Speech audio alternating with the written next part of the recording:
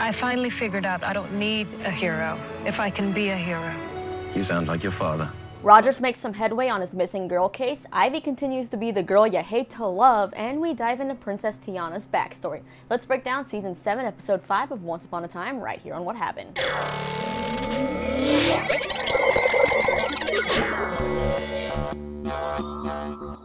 Hey you lovely oncers, welcome back to another recap, this time all about the episode Greenbacks, and as the title suggests, this episode is all about money, whether it's making it or losing it. It's also all about girl power and how you don't need a prince to help you and save you. You can be the hero of your own story. Why'd I just say it like that? Your own story. Your own story. Plus, we get a few more clues into the mysteries and curses of this season. But before I dive into those in the recap, some casting news was announced this week for the show on who we will see pop up around episodes 8 and 10, and one of those people could possibly be playing Flynn Rider, although we were only given his Hyperion Heights identity.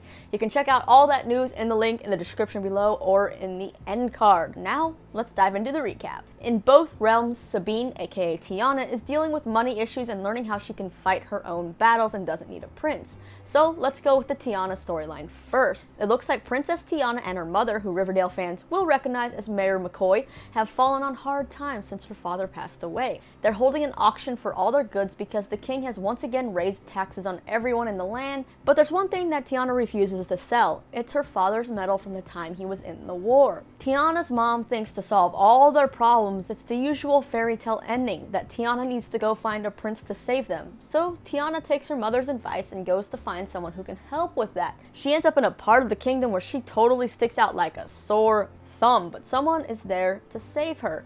Dr. Facilier, the man she was looking for. Now, I'm not gonna lie, in the movie version, this dude scared the crap out of me as a grown adult nonetheless, but this guy on the show, I actually didn't find him that scary. Is he supposed to be super scary?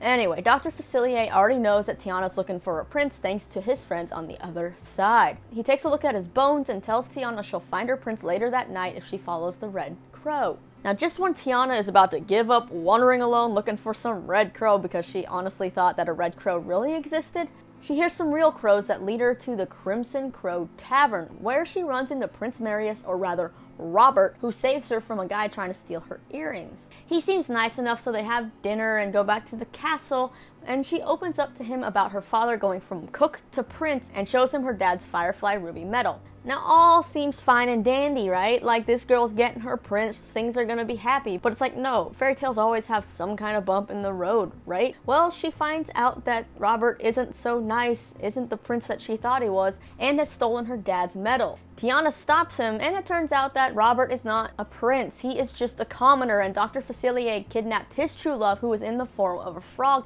and he had to steal the ruby to get her back. Tiana lets Robert go, but keeps the medal and has another chat with her mom about realizing just how bad everything is for the people out there. Her mom realizes that she's failed Tiana by trying to send her out to look for a prince to save them, and that they have everything they actually need to save them right there. She tells Tiana her father's legacy isn't that medal, it's what's inside of Tiana, and Tiana just has to embrace it, so she does. Now, Tiana girl is feeling like a new woman who doesn't need a man to save her, so she sets out on a mission. She goes to Dr. Facilier and gives her a piece of her mind, as well as that medal. She wants Robert's frog in return. Well, of course, she's dealing with twisted Dr. Facilier, and since she was kinda actually dumb enough to give him the ruby first before she said what she wanted in return, yeah, she's not getting the frog. In fact, that ruby is something that Dr. Facilier needs to set himself free, and his gift to Tiana is just letting her walk out of that place alive. Well, you know Tiana isn't gonna leave that easily, right? She draws her sword when Dr. Facilier goes and stabs his little voodoo doll that he's working on,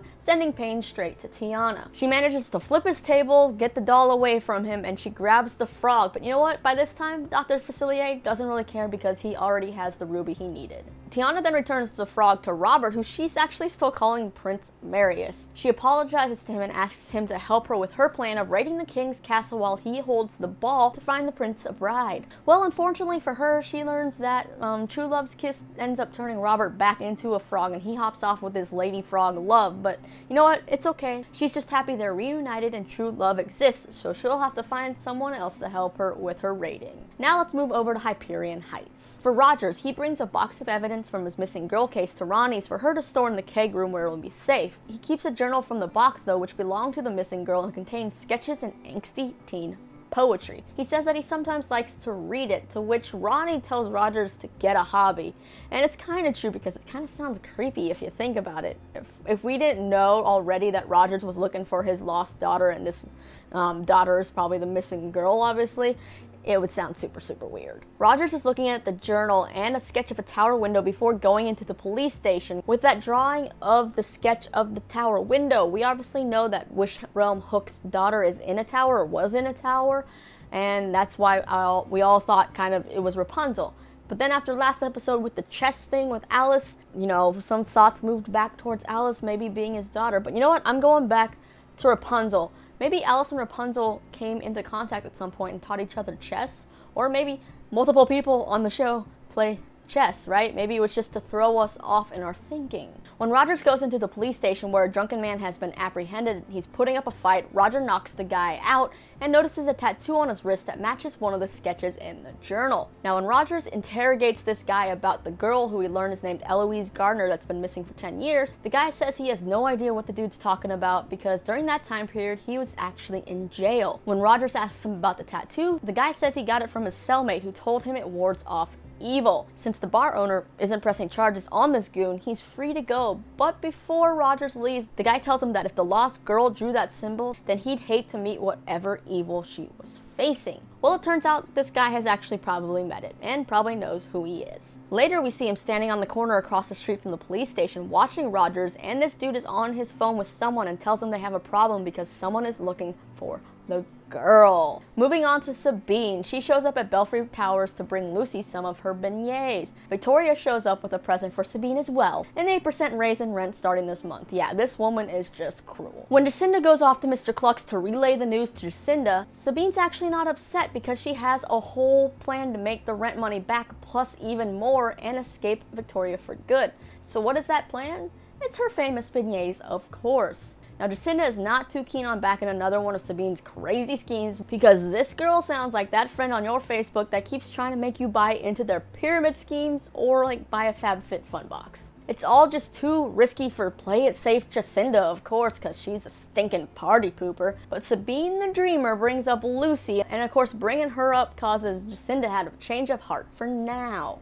I gotta get me one of these beignets. I need one like now because they're apparently a huge hit with people lining out the door for them. Lucy even shows up to give a helping hand, which is a new logo. It's a firefly thanks to stories Sabine used to tell her when she was little. So while Sabine may not remember she's Tiana, she remembers the firefly like the firefly ruby medal. There is one person in town though who isn't too fond of Sabine's beignets, and that's of course evil Victoria. Well, actually Victoria really does love them, but being the evil bitch she is, she doesn't want anybody to know she likes them, and she doesn't want them to succeed. So she calls a guy named Ralph to take care of it, and he does.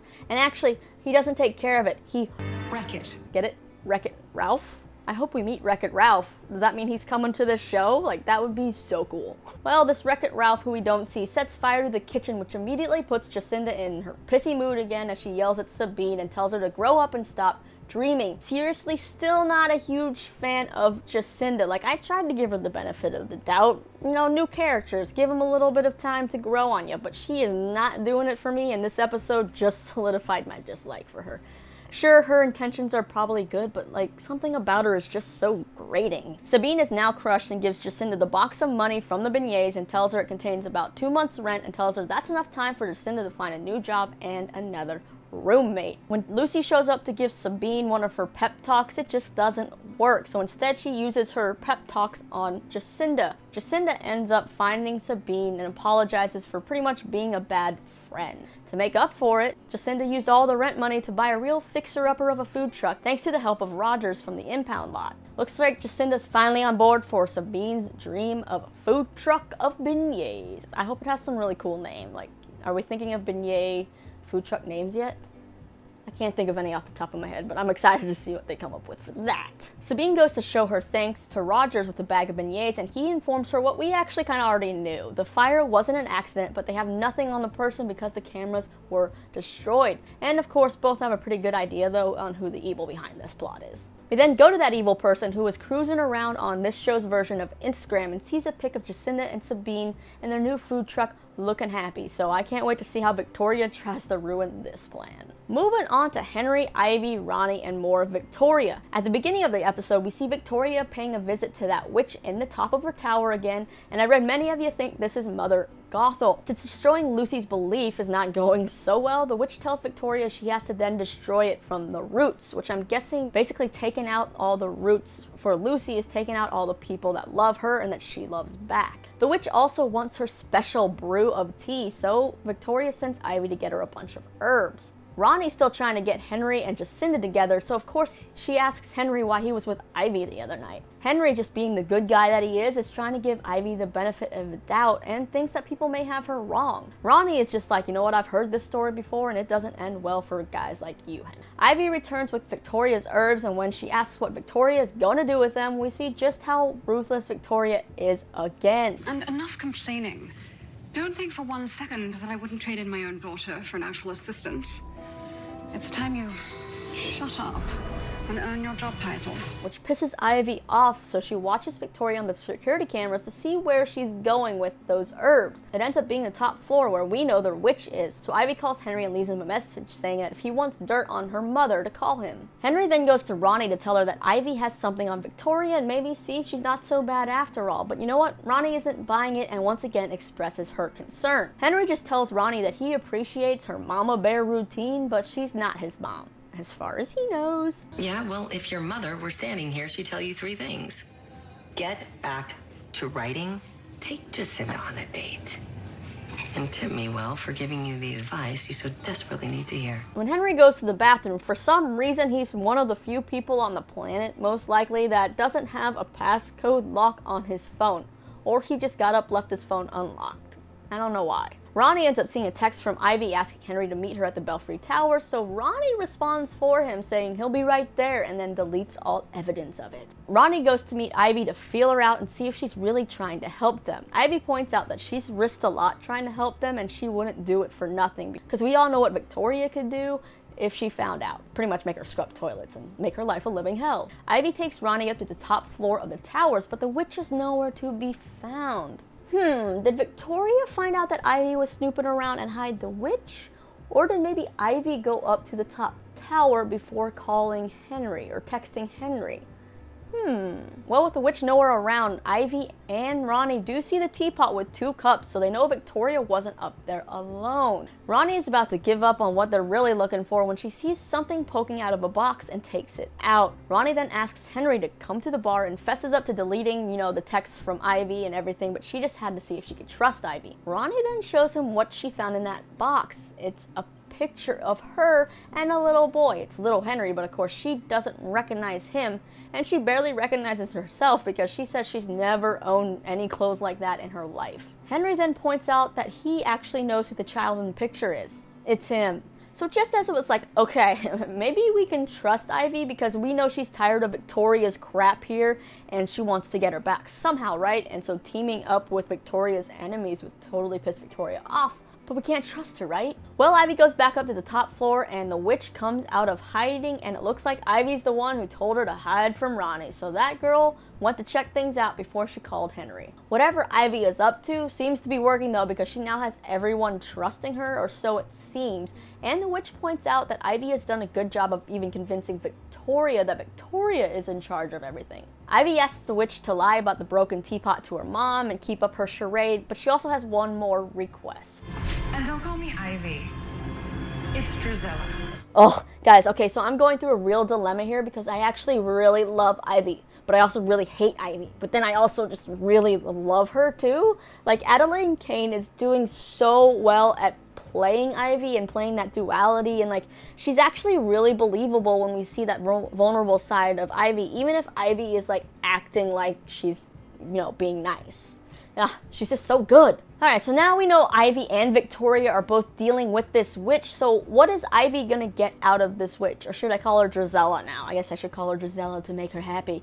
Drizella had to have planted that picture of Henry and Ronnie, right? So is she like trying to get them to wake up, and maybe she's gonna wake people up one by one and somehow have them do her dirty work in taking down Victoria while, you know, Drizella just goes and plays it safe, like she's changed and, you know, maybe helped, but doesn't get blamed by Victoria or for Victoria? I don't know, but things are starting to get good. It looks like our list of characters that are awake in Hyperion Heights has gone up by one. We know Drizella's awake, but then again, she's probably actually been awake this whole time, right? Rogers, he may have found a big clue in his missing girl case, but it sounds like he's about to encounter some pretty big trouble. And Henry and Ronnie are now definitely going to set out to find out how on earth they know each other, and we'll kind of get that in the next episode. The producers did an interview with Entertainment Weekly about that episode, episode 6, which will have some Regina flashbacks in it. They also teased we're going to learn going forward that this witch that's in that tower is connected to multiple characters. So if she is Mother Gothel, it explains why Rapunzel would be showing up soon.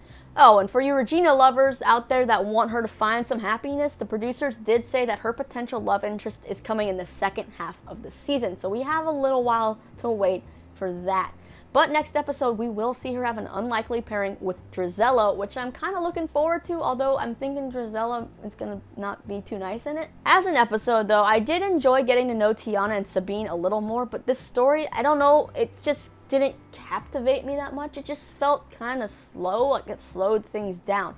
Now, don't get me wrong, though, I actually really love the character of Sabine, but yeah, I was just kind of bored. I do like her better than Jacinda, though, and Cinderella, so she's got that going for her. And like I said earlier, I'm loving this Drizella storyline. I'm loving the performance from Adelaide. Like, it's just so good, because we're definitely seeing Drizella go through that. I hate my mother and want to get back at her, but Drizella also has her own evil side, which means she's kind of just as bad as her mother. She's just like her mother in a sense. Like, she's going to use whoever she needs to in order to get what she wants, just like she's probably using Henry and Ronnie. So now it's kind of like a battle between Victoria and Drizella on who's really going to get their plan executed faster. And honestly, I'm rooting for Drizella. Drizella actually has some of the best lines on this show. So before I get to next week's promo, let's take a look back at some of my favorite lines and moments from the episode. Where's Grandma? Ballet starts in 10 minutes. I'm trying to find an annoyed babysitter emoji. Are you doing a cleanse without me? No, Ivy. Try less whimpering, more scampering. The keg room has a strong lock. Plus my baseball bat and friendly demeanor will keep away any prying eyes you're worried about. And when you love someone, you fight like hell for them. I had to go to 3 different herbalists and a sanctimonious sister. Now I'm tragically behind on my emails, and my hair smells like I just got back from Burning Man. You can put away the war paint. Henry's not coming. Finally figured out I don't need a hero if I can be a hero. Damn it! Seriously? Lurk much? Moving on, let's see the promo for next week. This is me, and you as my mom, the evil queen. Next Friday, You're Regina. what if you discovered your life was a lie Regina Mills adopted Henry Mills in the real world. and you're actually the most feared villain of all time? When I sought revenge, I did terrible things. We'll see if Regina is as powerful as she thinks she is. It is now that time for you to hit me up in the comments with your thoughts on this week's episode. Did you care for Tiana and Sabine's backstory at all? Did it make you want some beignets? Because honestly, I'm hungry and I wish I lived in Louisiana still. What do you think that symbol in Eloise's journal and the guy's tattoo? What does it mean and how is it connected and who is it connected to? And it kind of looked like a ship wheel, right? But with some forks in it. So who is this bad guy's cellmate?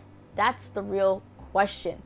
As far as Drizella goes, with this episode and the promo for next week, we know she's up to no good, but what do you think her ultimate plan is? Is it to bring down her mother? We know that Victoria wants to use the witch to get Anastasia back, but what does Drizella want? I'm guessing to get rid of her mom and maybe take all of her power, but we shall see. Leave me all your theories and favorite moments down below, and then after that, click right over here for that casting update I was talking about Zelina's daughter and possible Flynn Rider, or you can watch all my Stranger Things Season 2 recaps. I'll see you next time.